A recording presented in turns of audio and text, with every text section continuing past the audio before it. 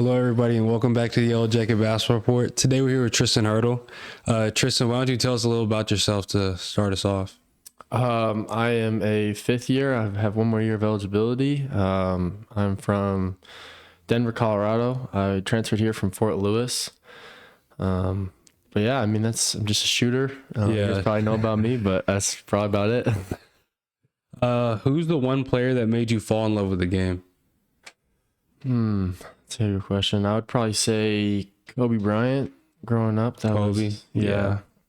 My dad was a Lakers fan, so watching Kobe was not as much. Yeah. I'm a Hawks fan, so being from Atlanta. Yeah. But yeah, he was a big Lakers fan. He was. Do you like Trey? Yeah, I do. We're kind of going through a little rough patch, so yeah, fair enough. What's a pregame ritual that you have that nobody knows about? I would say meditating. That was really big for me this year. Just trying to calm my nerves before every game. Yeah. What do you do? Do you just like blank mind, or do you count or something like that? I just count my breaths. It was kind of something I did. That was probably pretty big for me. I made that kind of adjustment, once I came back from injury this year, and I noticed a change. So I kept doing it. Yeah. Do you think basketball players are born or made? There's some kids that are born to do it. And, they're just like they have the God-given abilities, but at the same time, you have to want it at the same time. Yeah. And you got to train for it every day. And so, I mean, there's, you always hear about those dads that push their kids to the next level. Like if you look at John Morant's dad, or that they just had him doing jumps every day. Yeah, and so I mean they can be made, but at the same time they could be. Either way it can go. Yeah, for sure. What's a moment that almost made you quit basketball? I haven't really had many of those, but I would say the one for me was probably injuring my back. Was very close. I mean, how's that doing, by the way? It's doing good. It's doing good. I'm feeling a lot better.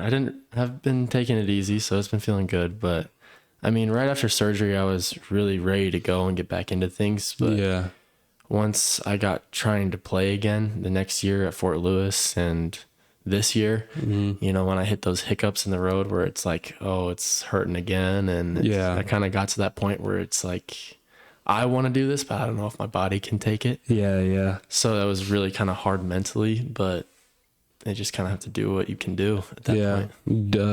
Go with the hand you're dealt type of thing. No, for sure. What was the biggest weakness in your game that you turned into a strength? Well, I mean, what I would say is I kind of focus on my strengths. I mean, I've always tried to get my weaknesses better. I don't know if they've turned into strengths. But I mean, obviously, strength of mine is shooting, so I've always just tried to perfect that. And just, what pros do is they do their strengths to the best of their ability, and that's why they're pros. So that's kind of what I've tried to do, and tried to make my weaknesses not as bad of weaknesses. People have seen me as not a great defender, so I tried to just be a better defender every time I'm out there, and, just try to get my game to an all-around game. But I don't really agree with the question, because especially in the NBA, there's people who are just played for their strengths, and they're not supposed to do anything else. Like there's people who just catch and shoot the ball, and they're not trying to ISO 5 people and go downhill. It doesn't make any sense. The biggest thing I've heard too is like the difference between NBA and G League guys is like, NBA guys, they do their strengths to a T. Yeah. And the G League guys, they try to showcase their abilities. They try and do everything. And they try to do too much. Yeah. So it's like when I heard that, I was kind of just like, okay, let me just do what I'm good at. Yeah. Like there's people in the NBA who play just because they can get through a ball screen. Yeah, for sure. Yeah. So do you play better angry or calm? I would say calm.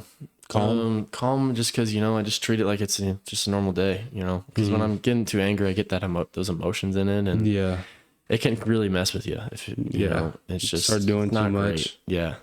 When you're playing against like a former team or something, like if you're getting too angry, then you start thinking too much, and you just got to go out and there, do what you do. Yeah, no, I agree. If you could steal one NBA player's ability, what would it be and why? That's, I would probably go with maybe LeBron's longevity. LeBron's longevity. Yeah, just so I could have body's a temple. Yeah. Yeah, for sure. Yeah, LeBron's an absolute freak. He did start when he started doing it. I think he started taking it serious after Miami. Yeah, Because I heard he getting a spent little like older. he spends like 10 million a year on his body. So it's something crazy. He does a lot. Yeah. He does a lot. Do you have a game day playlist, or do you like to go just quiet? I started listening to just straight J. Cole. That was Just straight J. Cole just before the J. game. Cole and meditate, and just kind of gets me in that calm mindset. What's your favorite album? From J. Cole? Or mixtape, either one. Probably 2014. Yeah. Yeah. 2014. Best song on there? Rise. Ooh, I don't know. I would probably say Love Yours is one of my favorites. Love Yours, yeah. But there's so many good ones on there. It's hard to pick. Yeah. So. All right. Yeah. It's tough. All right. So you're in a tight 1v1. What's the go-to thing that you're going to try and get to first? In a 1v1? Mm-hmm. Like it's a tight game. Like it's 10-10. You're going to 11, not win by 2. Well, if you're letting me shoot, I'm going to shoot it. Yeah. So we're going to go that first. If not that, maybe get to a midi or just turn to a post up, get to a post fade, maybe. I don't know. But, I mean, that'd probably be the first thing. You know? Yeah. So catch it. See if they take away my 3, then try to get by him. If not, turn it to a post, maybe. I don't know. Fade. Yeah. Just read the defense. What's something that you do on the court that is underrated to like the normal person? I would say this year it was probably pretty big, like, you know, making the adjustment to our offense and whatnot, and being more of a screener compared to being more of a perimeter guy was big for me. And I think probably the thing that's underrated is like me setting screens or like getting into actions. Because I feel like that kind of like that is a big thing that the normal person would never know, is just how you get to and out of a screen. It just can create so many advantages. Because I feel like it caused a little bit of confusion, you know, maybe sometimes I draw 2 or sometimes they don't pick me up, you know, and it felt like it was an easy read at times, you know, either it's a wide open 3 or you guys are, as guards, are getting downhill, one of the two. Yeah, no, it's definitely important. If you could play against any player in their prime, who would it be? Any player in their prime? Yeah. Well, I mean, if I'm playing in their prime, I mean, probably getting cooked. So you don't have to win. Yeah, it's just who would you want to play? Like, just so I could see it in person. Oh man, Brown would be up there for sure. Or maybe like Jordan. Yeah. Maybe Steph would be a good one too. Yeah, Steph would be unreal. Yeah, it would be insane how far he's shooting it from and just what he does. But or maybe Kyrie too, just the handle back he has. Those are probably some of the top ones for sure, though. I mean, just thinking off the top of my head, but what does a great teammate mean to you? A great teammate to me is just someone who puts the team first. I mean, you know, you look at guys that are just all about themselves, you know, it's just not necessarily like those teams don't necessarily win. Yeah. You know, everybody who, you know, they're really ride or die for the team and they don't care anything about winning. Like, those are guys you'll go to battle with and go to war with. Like, I mean, guys, it's good to be around. Like, it's fun to be around them. Oh yeah, because they don't care about stats. They don't care about anything. They're just like trying to do whatever they can do to win, which is great because, you know, especially if you're trying to win. It's kind of like infectious. Oh like, yeah, kind of affects everybody else. It's contagious. Everybody wants to do it. Yeah. I mean, everybody wants to be a part of that. I mean, it sucks. I mean, I've been a part of those teams too, where it's like everybody's trying to do their own thing and you don't accomplish anything, and it's just kind of just a year that sucks. Yeah, it's not fun. Everybody's out there for themselves. Yeah, free for all. It's not fun. Yeah. But I've also been a part of teams where it's like you put the team first and you don't care about anything, and then you get something on your finger. It's pretty nice. Yeah. So, do you believe in like a clutch gene, or is it more just preparation? I think there is a clutch gene, but I also think that you can't just show up and do it, right? Like somebody who has a clutch gene that's never played basketball isn't going to go out there and hit a game winner. You know? Yeah. Like, but at the same time, I've seen it too, where it's like it's game time and these kids just show up and it's different. Yeah. Like some kids just have it differently, you know? Last minute of the game, we need a big shot. That guy's always hitting it, you know? I think clutch is definitely there, but it's also to those guys that put in the work. Yeah. And get to stuff they practice over and over again. Yeah, for sure. What's the hardest part about being a college athlete that people don't see? I would say the hardest part is one, managing your time, because that can be underrated, because as a student, you have so much more free time compared to an athlete. Yeah. But probably the biggest thing is just like how much it takes to play. Yeah. Right? Like on your body. Especially for me where I'm at, like, you know, coming up in my last year of eligibility, trying to play through injuries, and, you know, with me having a back issue and a hip issue now, it's tough. Yeah. And just to keep that grind, like that mental grind, to just keep pushing.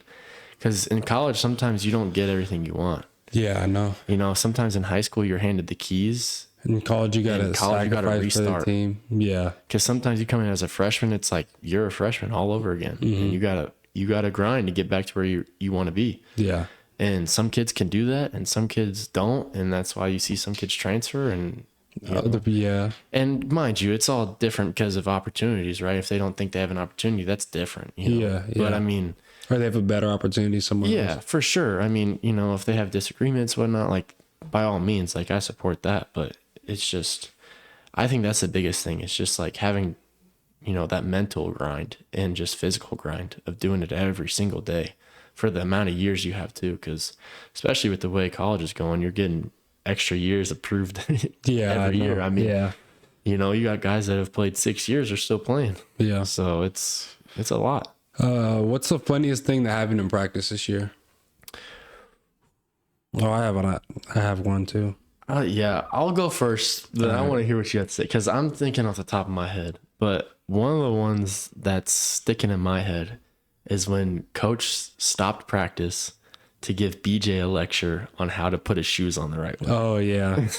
And saying his son can do better. How old is Jay?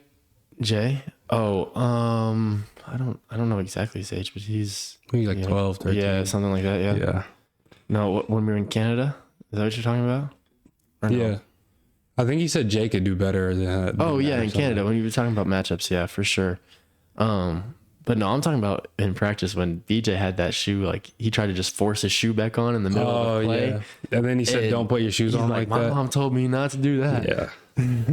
No, I was thinking whenever you had a load management day and then we ran the whole practice. Yeah, that was kind of, I didn't expect that. That was the first load management day too. Oh yeah, after that, every load management day we all were worried. You guys were you guys were on edge. You guys were like, this could be a possibility. Yeah. The first day nobody knew, and that I felt bad because that was the first day, and I was like, oh man.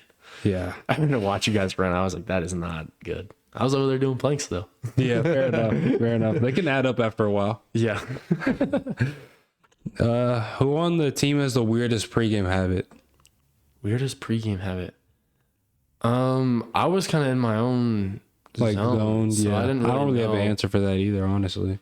Yeah, I don't know. I know me and Cam are probably similar because he was doing some meditating. I was doing some meditating. I'm trying to think. I mean, I don't know.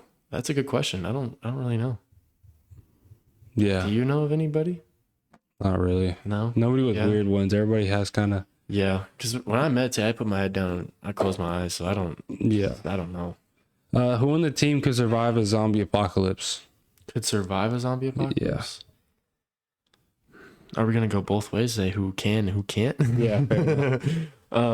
Can't. Go ahead. BJ. BJ's probably first. Yeah, I'd probably put that up there too. I don't know how Jack would do either. He's skinny. Yeah. He couldn't go without food. He couldn't go without food for very long. I might put Blake up there for surviving. Yeah. Blake would have been my number one. Blake honestly. would be number one up there, but yeah, BJ would complain about the food that he's eating and just he wouldn't eat anything. Yeah. Which, sorry, BJ, but that's just true. And so, because I'm a picky eater, but he's insane. Yeah. Who's most likely to fall asleep during a film session? Which I'm not gonna lie, I have done this. Yeah. I did it at the Elite Eight my sophomore year. Elite Eight? Yeah, I fell asleep during film. I actually won us the game. It was the West Texas game. Wow. But he took my chair and made me stand up the rest of the time. Well, I mean, smart by coach, right? You can't sleep standing up. I didn't even get yelled at. He was just like, "Yeah, Kalen, put your chair against the wall." And say, I don't know if we had anybody do it this year. I mean, I've seen somebody, do the head bobbing. Yeah, But A lot of our film sessions were intense, though, to be fair. Most likely, it might be, I think. I mean, maybe BJ or Miles, just because they were sitting in the back of their film session. I don't know. Yeah. And, you know, Miles was hurt, so he's not really paying attention. Or maybe AK. Yeah, definitely AK. Definitely AK. What's your go-to post-game meal? Post-game or post? What? Post-game, not Post-game. Well, I mean, we did have that Jersey Mike's. So that was nice. You'd save it for after the game? No, I would eat it before the game. Okay. I love getting sandwiches for the game. That's probably be just pre-game. It's just a sandwich because, I mean, I used to do Jimmy John's all the time before I was at Black Hills, and also like Noodles and Company. That was a good pre-game too. What did you get from there? I would either get like some mac and cheese with like just like a side of chicken. So I get like some meat in there and also some carbs and stuff, just a good carb load. But also, I mean, I would also do like maybe just like some Korean noodles or something if I was feeling a little, you know. Yeah, feeling different. Yeah. Wait, what about post? Post game?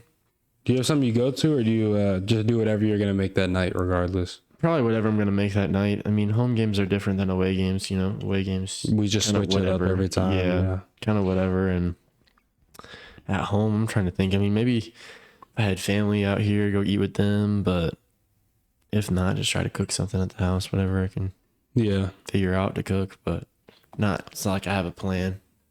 Do you believe in team superstitions? Team superstitions? I don't think so. I think coaches have a lot of team superstitions. Yeah. I don't know if players really do. We were at one point. You know how we do the clapping stuff before? Yeah. We were on a losing streak and then we started doing that, and then in our minds we just started winning more, so then that's why we do it before every game. And then we didn't do it one time and lost, and then ever since then we've done it before every game. Well, okay. Well, there you go. I mean, that's kind of a team superstition we've had, but yeah, no, I mean, I haven't really been part of that. I mean, yeah, we didn't really have much. I mean, when I was at Fort Lewis, our coach was super superstitious, but I mean, yeah, that was probably it. I mean, every time we would wear a certain jersey, he was like, I don't know if we're going to bring it today. Yeah. I mean, we lost to UCCS last year and we were wearing the gold jerseys. Never wore them again? Never wore them again. Those got retired. Yeah.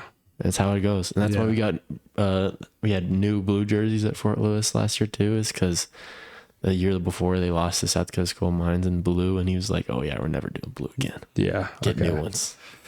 Who do you think the coach's favorite is? Coach's favorite? I mean, I don't know. Maybe Cam. You think Cam? I mean, it's probably between Jay or Cam. I think it's probably Jay. But those are probably going to be our two captains this year. So and then Cam second. Yeah, I don't know. I mean, Cam's been talking to him a lot, but I mean, those guys are always talking to RT. Yeah, so. That's just talking basketball and stuff. Yeah, just talking basketball in his office and stuff, and yeah, so I think that's probably his favorites, just because they're always in there. Yeah. What's it called? What was the worst locker room argument you've ever seen? You don't have to go into the details of the argument, but unless it was, I don't know, like something funny, then I feel like we didn't really have that many arguments this year, though. I mean, we had a few meetings. Wrestling matches. A few wrestling matches, yeah. I think BJ was in all of them. No, yeah. Joel was in all of them. BJ wasn't in all of them. BJ was in a couple. Yeah, he was in one with Joel. I remember that. Yeah. And then Deegan and Joel one time. Yeah.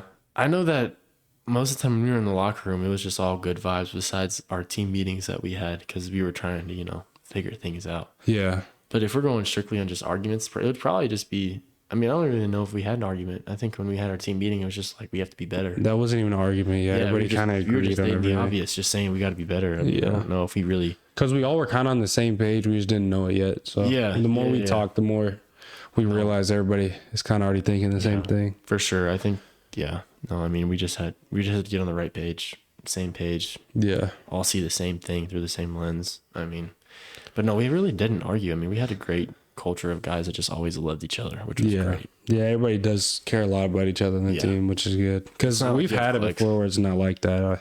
Yeah. Where guys already checked out or whatever. No, and it was fun because every time you saw it, went in the locker room, you saw guys, and it was just like, oh, hey, Yeah, instead yeah. of, you know, just hating somebody for no reason, you know. Yeah. But If you could make one rule that everybody in the team had to follow on road trips, what would it be? on road trips, Yeah.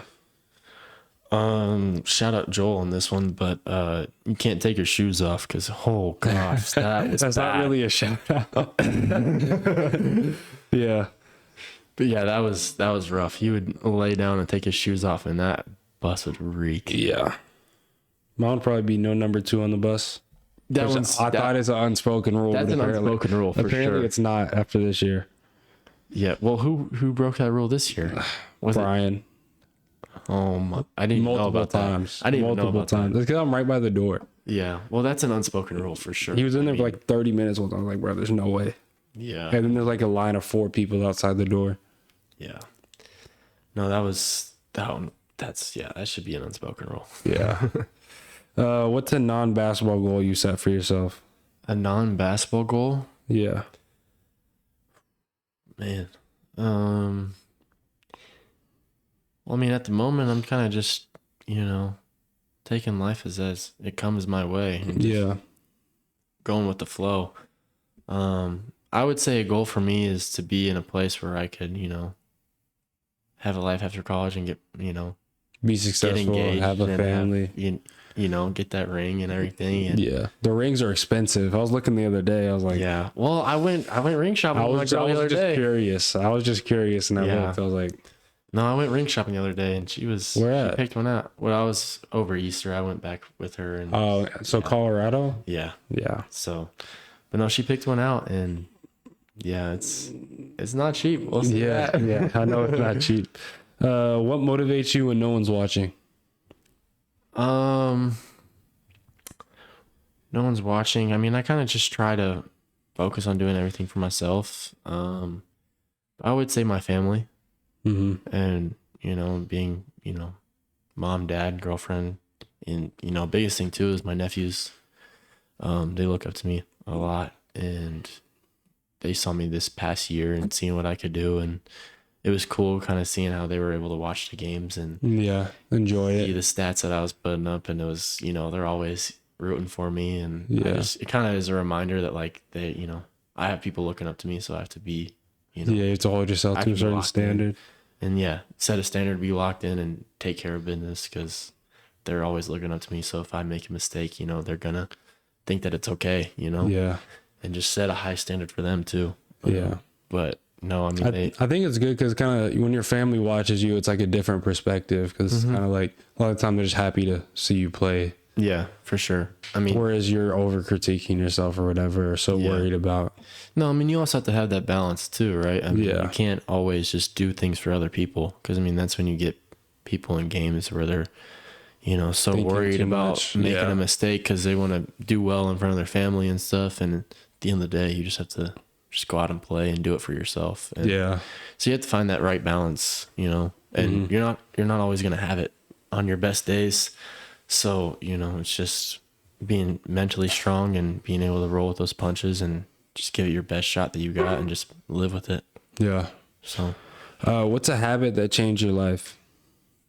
habit that changed my life. I don't know. I mean, I think on that one. Probably might sound weird, but cutting out soda. Cutting out soda. Yeah. That Were you that a was big soda enthusiast? I was in high school. It was bad, yeah. And then you know, got into college and saw that, you know, not a lot of other people were doing that. So I was like, Yeah. okay, I got it, and I want to, you know, accomplish certain goals in basketball. So I was like, you know, I have to take nutrition seriously, and I feel like cutting that out was really big because that was the first step Yeah. of, you know, taking care of my body. So, but yeah, that's probably what I would say. Cutting out soda, yeah. Yeah. I think I had a point where I cut out soda too, honestly. Yeah. I would Might have I would been try college. to in high school, but I just couldn't fully do it. But Yeah. once I got Well, it's to it college- was around me more too. I don't know if it's the same for you. Like we Yeah. always have soda at the house, so yeah, no, my dad was a big soda drinker, so it was Yeah. always there. yeah. So it's kind of like when you're in college, it's not like where you live, so it's easier to Yeah. avoid. True. Yeah, that's true. But I think just more of like the mental decision of like, hey, I don't need this. Yeah. Yeah. It's big for me. Because then it kind of just showed that like I can be in control at times, you know? Yeah. So. Who was your biggest role model growing up? Biggest role model. We going basketball or just in general? In general. In general? Role model. Well, I would say I did look up to my dad, even though he was hard on me a lot as a kid, you know, and, you know, he was hard on me because I had certain goals and he knew what it took to get to that level. Yeah. You know, and my dad played on the national team for European handball for the U.S. And, you know, he was at that level of, you know, probably close to pro, and I wanted to be college athlete or pro. And so I took whatever he said to a T, you know, and thought that was what it took to get there and stuff. And I think that I looked up to him a lot. I mean, I also looked up to other players in like NBA and stuff, and tried Kobe. To implement what they did and try to, you know, do it the right way. But I mean, you know, I would say my parents and stuff was just the biggest people I looked up to, just because I was moving a lot as a kid. Didn't really have anybody else to look up to as much, you know. I mean, my family was a little farther away, but yeah, I would probably just say my dad. That would probably be my biggest role model. What about you? Dad too. Yeah. Yeah. He just like looking at my dad is like kind of like how I want to carry myself, what values I want to have, stuff like that. So I always kind of like think in situations what my dad do here. Yeah. Because one thing my dad's good at, he's not very which I struggle with sometimes, emotionally up and down. So that's kind of one thing I've been looking to implement, is trying to stay more level-headed no matter what's happening. Yeah, for sure. What's something that recently made you proud of yourself? It can be something small too. I would say the thing that made me most proud of myself, and just with the journey I've been on, I guess, with just, you know, with injuries and everything, is just, you know, the stat I had being number 1 in the country. Yeah. For 3-point percentage. Like, I thought that was pretty cool. And I thought that, you know, like, that hard work paid off. And, you know, obviously it's about opportunity and the right system and everything too. Yeah. But I mean, you still have to go take the moment. Yeah. And I mean, I've had my biggest year statistically for my whole career. So I thought that was huge for me. And I was super proud of myself for that. And, you know, I've played more if I wasn't as injured and stuff. I didn't have back problems. Absolutely. But, you know, I just made the most of what I was given. And I was just proud for myself at that, you know, and just trying to build on that for next year too. Yeah. What's the biggest difference between you on the court and off? On the court and off. You know, I'm just chill guy off the court, you know, and kind of just take care of my homework and stuff, and just hang at the house. I'm not really, you know, that crazy wanting to go out and stuff like that. Just, especially when we're in season, it's kind of just like, I'm just going to stay at home and not get behind on sleep and everything. Yeah. Because honestly, that can affect you. Yeah. That's probably the biggest thing too during season. Oh. Yeah, I found out, I don't know, I think my sophomore year, I started sleeping a lot more, and it vastly improved every part of my life. Yeah, no, that's for sure. I mean, when you get more energy, I mean, from sleeping, it can change it just can like change your whole mood too. Oh yeah, for sure. What's something unique about where you grew up? Unique, well, you know, I grew up in Atlanta, and I would say something unique for people that aren't from that area. You'd have to say the humidity. It's something different down there. Oh, I love the humidity down there. It feels like home. 100% humidity every day. Yeah. Feels like home though. You go outside. I remember this vividly. I would go outside my mom would say, go check the mail. I would walk outside, come back, and I'm already sweating. Yeah.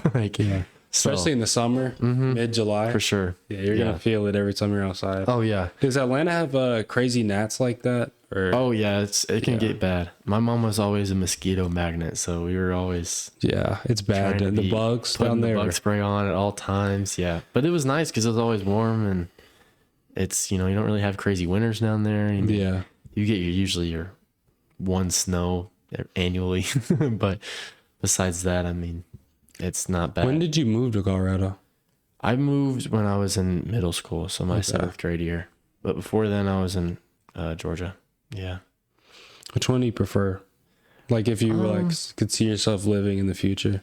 In the future, well, I don't really like the cold. I found out. So, which probably, I'm probably gonna live with my girlfriend in Arizona in the future. It's very dry. Yeah, but I don't have to worry about snow. Yeah, that's good. But I mean, I like both of them for different reasons, right? I mean, Colorado, I had all my family.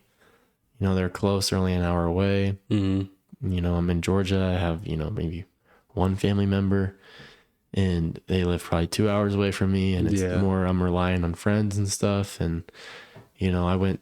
When I was out in Georgia, I went to a private school for the last couple of years. I was there too, so no one really lives around me. So when I would want to go see my friends, it would be a couple hour drive. I felt like, at least for me, being at that age. But it was definitely different because I had a lot of friends out there that I still miss my friends, and I love Georgia. Food's great, everything's great out there, but at the same time, I've been in Colorado for a while, and I love Colorado, and have friends out here now, and it's great. Yeah. So I kind of just say it's 1A, 1B at this point because I've been there for so long for both, but it's hard to pick. Yeah. So, what sport would you play if basketball didn't exist? If basketball didn't exist, I mean, well, right now I've been picking up golf, and I really like golf. But that's tough. It's tough to play that one. But I would say growing up, I was talented in football and baseball. My dad said I had probably a really good swing, and I just gave it up because it was too boring for me. Yeah. But I mean, baseball I was good at, and football I was good at. I could probably, I don't know if I would have a career in that or whatnot, which I think I chose right going basketball because I probably had the best chance to play college in that sport. But I mean, if it wasn't basketball, it'd probably be one of those two, baseball or football, so I could try to play college at somewhere. But yeah, I mean, I was also a skinny kid too, so football, I don't know if that would have worked out. What would you play? In football? I played football until I got to high school, and when I got to high school, I focused on position? Everything. I played everything. I was quarterback for a little bit. I played a little bit of receiver, tight end. But big thing was I was a kicker. I was a really good kicker. Oh, okay. So kicker and punter was my things, but I also was like, when I grew up, my dad was always teaching me how to throw a football and wanted me to play quarterback. So I was trying to do that, and when I found out that I was going to high school and there was already kids in line for a quarterback, I was like, yeah, screw that. Yeah, I'm just going to go for basketball. There's a lot of politics in high school football. Oh, yeah, for sure. I was like, oh, coach's kid is the quarterback? Oh, yeah, I'm not playing. Yeah. So I was like, might as well pick something where I have a good shot at, So, yeah. But. All right, so I ask this every time people come on the podcast. What would your dream 5 all-time players be? If you could make a lineup to win, like as a win as a team, not the best 5. But to win, who would you pick? Well, I heard Cam's top 5. Yeah, it was like Wemby at the 5, Steve Nash at the 1, MJ. He had Dennis Rodman at the 4, and then his 3. I can't remember if it was Braun or someone else. Yeah, it was Kawhi. Kawhi. Yeah, I can see it. I would with the way the game's going, right? It's all threes. I would have to get more 3-point shooters in there. So, I mean, I would probably say, gotta have Steph in there if you're going to go for threes. At the same time, it's hard to score on Wemby. He's not a great threes necessarily for like a center, but I mean, you can't score on him. I mean, he's going to be defensive player of the year when he's healthy. So I would say Steph and Wemby. At the 2, going to go Ray Allen. Jesus Selworth. Yep. You got to put him up there. Man, trying to think of power forwards and small forwards. I'm drawing a blank here. I mean, I might go maybe a little bit of small ball since we have Wemby, but put KD in there. At the 4? Either at the 3 or the 4. I mean, Kevin Durant's 7 foot tall. Yeah. He doesn't say he is, but he is. I mean, and then I think you gotta put Braun in there. I mean, he's not a great 3-point shooter, but I mean, if we're going prime LeBron on the Heat when he's playing the Celtics game 7, I mean, that guy can win you any game. Yeah, that's true. So, I mean, now you got to pick your poison who you're going to leave open. Yeah. But I don't know. If I had more time to think on it, I'd probably come up with a better roster. But yeah, off the top, mine was, I don't know if I've said mine, but mine is Magic at the 1, Curry at the 2, Kobe at the 3, and then I'd have KG and Shaq just stand on the blocks and set off balls. KG and Shaq. And then I have Magic dribble the ball, and then Steph and Kobe run off balls. Yeah, okay. Can see it. Yeah. Steph off balls are ridiculous. I don't know. Yeah, Kobe had to make mine. I don't have to redo my list. I don't know. Yeah. If I tell you what, since this is your end of your career here at Black Hills State and the last one of these podcasts for the year, why don't you talk about some of your memories from the last 4 years you've been here? Oh yeah. Favorite parts of the RMAC, places to play. Okay. And then you can ask him some questions. Yeah. Okay. You want to ask me some? All right. Well, we'll go here. We'll go with this one. What's your favorite place to play at? Like in the RMAC, at best gym, best atmosphere. Best gym and where I like to everything. play at is different. Like I'm just saying, if you had to pick one, they have best of it, all of them. Okay. If I had to pick one to just play at like a championship game. Let's say you're playing on the road. On the road, okay. Yeah. I'd say the best gym. I'm saying no. I hate that gym. Probably. I'm not gonna lie. Fort Lewis. I've had a good game there every time. Yeah. Yeah. Even my sophomore year when I wasn't scoring that much, I think my season high was at Fort Lewis. Yeah. So I'd say Fort Lewis. I don't know what it is about your rims. Maybe it just rolls in more. I don't know. No, I mean when I was there, we had a lot of crowds. It was jumping. And then the crowd amps you up too. So I'd say Fort Lewis. Fort Lewis, yeah, that's a good one. I mean, I would say that too, but I mean, if we're going, there's 2 different answers. Like if you're going, best gyms you played in, like you have the best stats, like I've always had good games at Metro. I don't know what it is. Yeah, Metro. I've just had great games at Metro. I've had solid games at Metro. Yeah, but I mean, for atmosphere, Mesa maybe is the best. Yeah, I mean Mesa's good. They have the thing is that I noticed last year because we Fort Lewis and Mesa were going at it last year, and biggest thing I noticed was like you had a lot of older fans there, mainly older fans, yeah. And so there was always a lot of people there, but it was never really that loud. Yeah.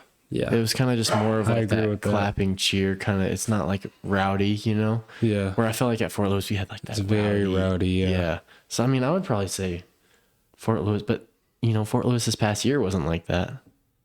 Yeah, the game we had was kind of rowdy. Different for sure. It was different. Yeah. But I mean, I don't know. There's a lot of good ones. I mean, yeah, I don't know. I mean, I think BH too though. Like, I mean, BH is great. BH. I think it's not. Because I played against when I was at Pueblo, I mean, we came up here and played. It felt like it was sold out. I was like, oh wow, this is different. Yeah. 'Cause at Pueblo, we didn't really have many fans showing up to our games. But going on the road, I was like, oh, wow. Yeah. So, I don't know. I mean, there's a couple answers for you, but. Yeah. If I had to go with number 1, I'd say Fort Lewis, though. Yeah. Even though the drive there is terrible, but. How do you feel about that altitude playing up there? Honestly, did you feel a difference? I felt it the first 5 minutes, and then it was like at the second wind, I was fine. Yeah. I got pulled out, yelled at for being tired. Yeah. He's like, how are you tired for 4 minutes? And then we're playing on a mountain. But then after that, I was completely fine. Yeah. No, that's true. I mean, I would say those summer workouts I was doing up there in May, that was, you feel it for sure. But no, it definitely, once you get that adrenaline going, you don't really feel much. Yeah. So, what was the next one you wanted to ask? Oh, you're supposed to be asking me questions. Oh, well, what was the next one? Memory. Oh, okay. Yeah. What's your favorite memory you had? My favorite memory is always gonna be I don't know, final 4 years. Yeah, right? I don't know which one though. I'm thinking it's probably sophomore year because I played. You got 2 to pick from. Yeah. So. Sophomore year, I'll say sophomore year because I actually played on that team. The first year was a great experience too, just being a team player. Yeah. And being a part of like a unit and everything. Which there's something to be said about that too. I mean, yeah, you don't that role's important as well. You might not get everything you want out of it for basketball, but I mean, the bond you build is and you grow as a nuts. person from it too. If you're able to step past like what I need personally to put some people it's before bigger you. than yourself. Yeah. No, for sure. I mean, I only had 1 year here, so I don't know about memories, but you've had 4. It's crazy. You could say you've had 2 Final Four years too. Yeah. Best year. What's your best memory this year? Best memory this year? I mean, trying to think.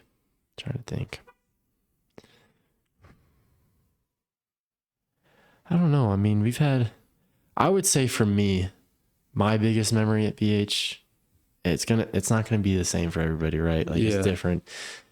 The biggest thing for me was when we played Pueblo. I loved that game. Oh yeah. I mean, playing a former team, coach's last year there, wanted to get him, wanted to play well last game, get him on his way out. Yeah. So that was huge for me. I mean, I felt like I was a different player that game. I feel like that was a game where, I'm usually pretty calm. In that game, it was like, no, those emotions came out no matter what. Yeah. So you couldn't hold it back. But, I would say that's just my biggest memory. I felt that game was fun.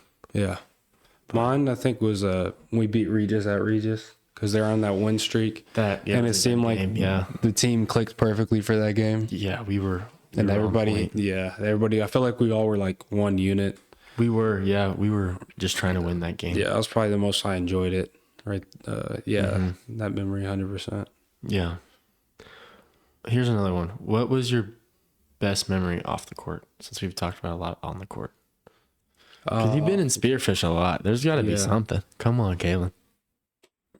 Oh, off the court? I don't know if this counts, but the private plane ride to the Final Four.